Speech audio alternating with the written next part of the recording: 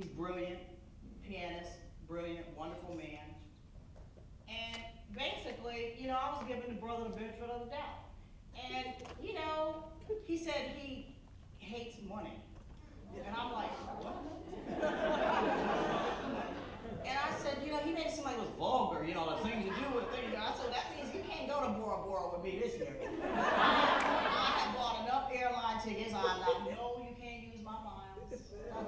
No. But the thing is that, never mind. You obviously are not afraid. No, let me say, the thing is this. All I wanted to say is this. Right. Don't hate me because I'm beautiful.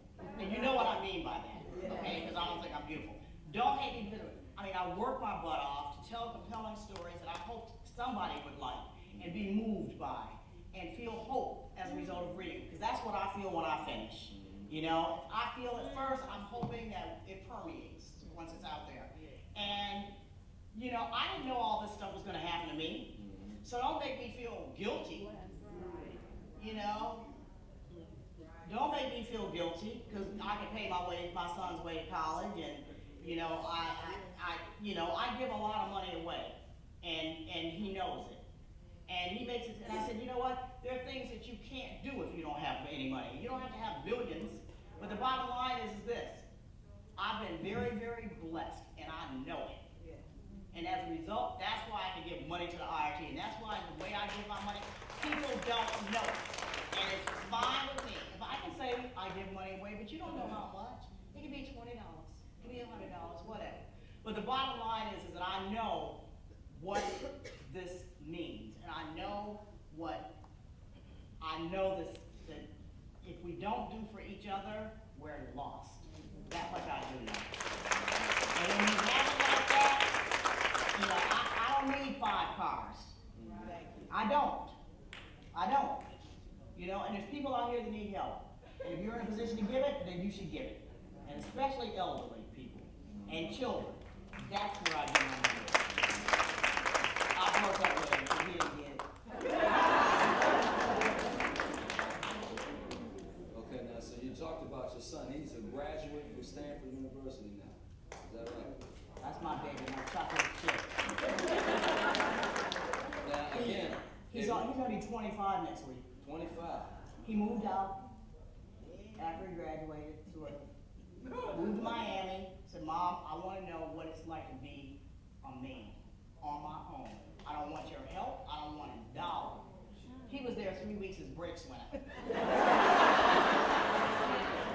I was in New York, in the back of a limo, coming for some little spiffy little thing, and he said, Mom, and I remember when he used to beg for $3 for the toll. I said, Solomon, he said, my brakes went out. And I said, oh, what a shame.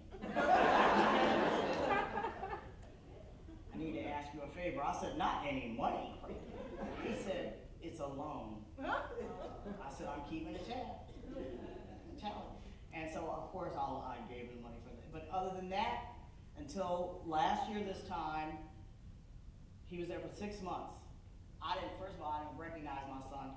He was, every time I would talk to him in the George Foreman grill, and rice. I could not believe how thin my son was when I saw him. Poor thing was down there starving to death, selling everything, just so he could be, he said, I want to know what it's like to stand up on my own 2 feet. And finally, they increased his rent by $100, and he called and said, Mom, can they just do that?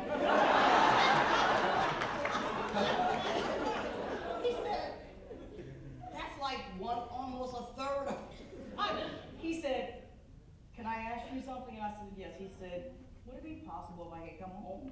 And I said, yes, but you're gonna have to pay rent here too. So, and he pays $100 a week. And I have it in a special account so that when he gets out, I told him you got a year, but his year's almost up. And he was like last week, I said, I'll give you an extension. I'll give you an extension, but if Mom wants to leave, I'm out of here, okay? And I'm putting his money in an account so that when he gets ready to leave, I'll give it back to him, but he doesn't know that. And if anybody here ever knows or meets my son, you tell him I will break your neck. It's a very good deal. It's a good thing to do. Asians do do it all the time. When their kids leave home, they buy houses. Okay. Now, did he have a library? Did he read books? Oh my. I'm asking a question. Yes. Yes. So I see read that- I read to my son from the time he was a baby. Right. And yes. But see, But I asked that question to say, because you came out here, you said you disagreed with That's me. not what Okay. yeah, but you didn't hear what I said. I just All right, well, let's get confirmation. No, all I said was, Right. I mean, what I did was, I put my money where my mouth is. I read to my son when he was a child, Right. okay? And I read to him every single night Mhm. that I was at home. And Right. that was most of the time, believe it or not. Right. Until he finally said, when he knew the words, like he could do that, and then one day he said, Mommy, let me read to you. And I said, okay. And he couldn't read all the words, but it didn't matter. And so it had already happened Mhm. then. And it's magic. I mean, the curiosity was already built in. And I think too, and I'm not saying this because I've been in a position, but I think if you add to that curiosity travel, any place you can take your children outside of the neighborhood, do it. Because travel, Mother's Day, for years, my son wrote me letters to thank me for the different places in the world that he has seen. Because he compared it to some of his friends who some of them had not been anywhere, and he said, I know how lucky I am. And he said, because you didn't have to. And he's been all over the world. And I said, and everybody's not in a position to do that. But if you could just get outside your neighborhood and see how somebody else lives, reading does the same thing. And so, he's a guitarist now. But he still reads. He reads because he discovered that not only can you have a love affair with words, but that words have power. And they evoke and emit all kinds of things, and they can bring out stuff in you that you didn't even know was there. So when he was in Florida, he sold a lot of his books too, so he could eat. Well, the reason why I say that, because this book here, The 12 Brown Boys, which I can give you a copy, and the agreement is that whether they want to read, but here we go, whether the kids want to read or not, they have to have content. And They have to have what? Content, stuff to Yeah. read. And what has happened is that a lot of parents, when you came out, the parents have to be willing to go ahead and purchase things that will influence that kid. Because my sons, both of them got library. In fact, we need new cabinets now. But a lot of parents, I guess they feel like he can get it from the library, or I don't have money for this right now. And so that's been an issue, particularly with publishing. Now, I got all the publishers wanting to talk to me about writing children's books, and as soon as I sat down, they started talking about writing girls' books. Now, I got 2 sons, and I'm a Philadelphia and my children. I don't believe that. Hey, I'm telling you. Because at the end of the day, they said parents will not buy books for boys if these books if they're not, clamoring and wanting. I'm telling you, I've been to 8 meetings. But I don't think that's true. Okay. I don't think that's true right now.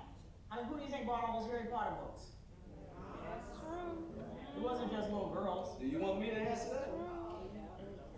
Okay. Well, Harry Potter is the Caucasian book. I'm just saying, you were talking about books. Right. But I'm talking about brown people now. We are. Well, wait a minute. There you go. I'll be honest with you. Gotcha. See, that's where we disagree. I think reading anything is important. Gotcha. Not just books by Black authors. Reading is reading. Now, to be able to read something that is a reflection of your own life, Right. and that is a mirror of what you were going through, that's one thing. But that's not the only thing out here worth reading. True. That's all I'm saying. And whatever piques a child's curiosity and opens up their mind, you expose them to it. Right. And, everything that they read doesn't necessarily teach them anything. Sometimes it just spurs more curiosity. And that's what gets their brain stimulated. And that, I am grateful for. I don't care. I mean, my son